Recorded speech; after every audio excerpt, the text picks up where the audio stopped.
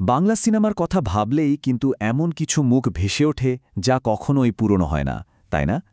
আজ আমরা ঠিক এমনই একজনকে নিয়ে কথা বলবো যাকে বলা হয় এক অসমাপ্ত স্বপ্নের নাম। হ্যাঁ, ঠিক ধরেছেন, সালমান শাহ। এই নামটা শুধু একজন অভিনেতার নাম না, এই নামটা একটা আবেগ, একটা পুরো প্রজন্মের ভালোবাসা। এই যে স্ক্রিনে দেখছেন এক অসমাপ্ত স্বপ্নের নাম, এর চেয়ে ভালোভাবে হয়তো তাকে আর সংজ্ঞায়িত করা যায় না। তার ওই জাদুকরী হাসি, ওই চোখের আকর্ষণ আজও কোটি কোটি মানুষের মনে গেঁথে আছে। অনেকেই বলেন সালমান শাহ শুধু একটা নাম ছিল না, তিনি নিজেই একটা যুগ ছিলেন। তার আশাটা বাংলা সিনেমাতে যেন একটা নতুন হাওয়া এনেছিল, সবকিছু যেন বদলে যাচ্ছিল। চলুন সেই বদলে যাওয়ার গল্পটা একটু শুনে আসি। তো শুরু করা যাক একদম প্রথম থেকে।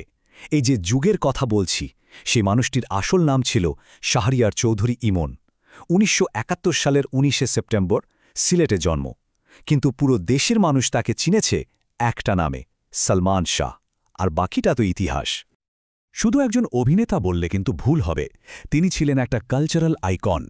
তার হাসিতে একটা জাদু ছিল, আর ছিল একটা অদ্ভুত আকর্ষণ যা সারা দেশকে যেন মুগ্ধ করে ফেলেছিল। আর ফলাফল, খুব অল্প সময়ের মধ্যেই তিনি বাংলা সিনেমার কিংবদন্তি হয়ে উঠলেন। আর সেই কিংবদন্তি হয়ে ওঠার শুরুটা কিন্তু ছিল একদম ঝড়ের মতো, প্রথম ছবিতেই বাজিমাত। আর সেই ঝড়ের নাম কেয়ামত থেকে কিয়ামত, ডেবিউ ফিল্ম। আর রিলিজ হওয়ার সাথে সাথেই পুরো দেশ কেঁপে উঠল, একদম টপে চলে গেলেন। মনে হচ্ছিল এই একটা সিনেমায় যেন সফলতার সব দরজা খুলে দিল। এভাবেই শুরু হলো একটা নতুন যুগ।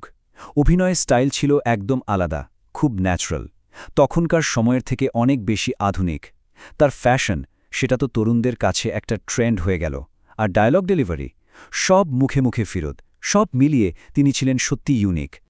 মাত্র ৪ বছর, কিন্তু এই ৪ বছরে তিনি যা করে গেছেন সেটা সত্যিই অবিশ্বাস্য। ২৭টা ছবি। অবিশ্বাস্য লাগলেও সত্যি, মাত্র ৪ বছরে প্রায় ২৭টা সিনেমাতে কাজ করেছেন। ভাবা যায় কি লেভেলের ব্যস্ত আর সফল একটা ক্যারিয়ার ছিল তার। তার উত্থানের গ্রাফটা দেখলেই বোঝা যায়, একদম রকেটের গতিতে। প্রথম বছর ডেবু, পরের বছরেই রাইজিং স্টার, তারপরের বছরে সুপারস্টার, আর ফোর্থ ইয়ারে গিয়ে তো লিজেন্ড। এই স্পিডটাই বলে দেয় তিনি কি পরিমাণ জনপ্রিয় ছিলেন। আর এই সময়টার কথা বললেই আরেকজনের নাম চলে আসে, শাবনূর। পর্দায় তাদের জুটিটা ছিল যেন ইলেকট্রিক। এত জীবন্ত ছিল তাদের কেমিস্ট্রি যে অনেকেই ভাবতে শুরু করেছিল তারা হয়তো পর্দার বাইরেও একসাথে। এই জুটিকে তো আজও বাংলা সিনেমার সেরা জুটিদের একটা বলা হয়। কত যে হিট ছবি দিয়েছেন, অনন্ত ভালোবাসা, সুজন সখী, স্বপ্নের ঠিকানা, বিক্ষোভ, এইসব সিনেমার নাম বললেই তো আজও মানুষ নস্টালজিয়াতে ভোগে। প্রত্যেকটা যেন এক একটা মাস্টারপিস। কিন্তু ঠিক যখন তিনি সফলতার সবার ওপরে, ঠিক তখনই যেন সব আলো নিভে গেল। আর শুরু হলো একটা রহস্যের, যার সমাধান আজ পর্যন্ত হয়নি। জীবনটা ছিল খুব ছোট।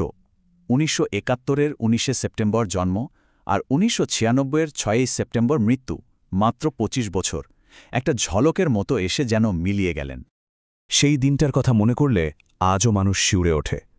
৬ সেপ্টেম্বর ১৯৯৬, হঠাৎ খবর এলো সালমান শাহ আর নেই। পুরো দেশ যেন থমকে গিয়েছিল।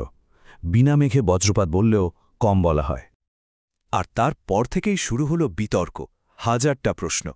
এ কি সত্যিই আত্মহত্যা ছিল, নাকি একটা পরিকল্পিত হত্যাকাণ্ড? এই প্রশ্নের উত্তর আজও কুয়াশায় ঢাকা।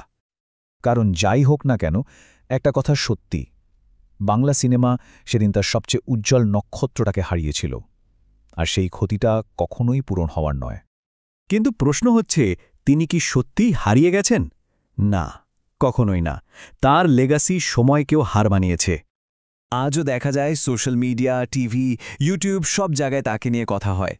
তার সিনেমা, তার গান নিয়ে চলে আলোচনা। নতুন জেনারেশনের অনেকেও তার সিনেমা দেখে অবাক হয়ে যায়। তার প্রেজেন্সটা যেন এখনও ঠিক আগের মতোই স্ট্রং। আসলে তিনি শুধু একজন নায়ক ছিলেন না, তিনি একটা পুরো প্রজন্মের অনুভূতি, একটা নস্টালজিয়া। তার নাম শুনলেই পুরো একটা জেনারেশন যেন টাইম ট্রাভেল করে তাদের সোনালি অতীতে ফিরে যায়। তো যে মানুষটা চলে গিয়েও আজ কোটি কোটি মানুষের ভালোবাসায় বেঁচে আছেন, সেই লিজেন্ড সালমান শাহ। তিনি চিরকাল আমাদের সবার হৃদয়ে থাকবেন, অনন্ত ভালোবাসায়।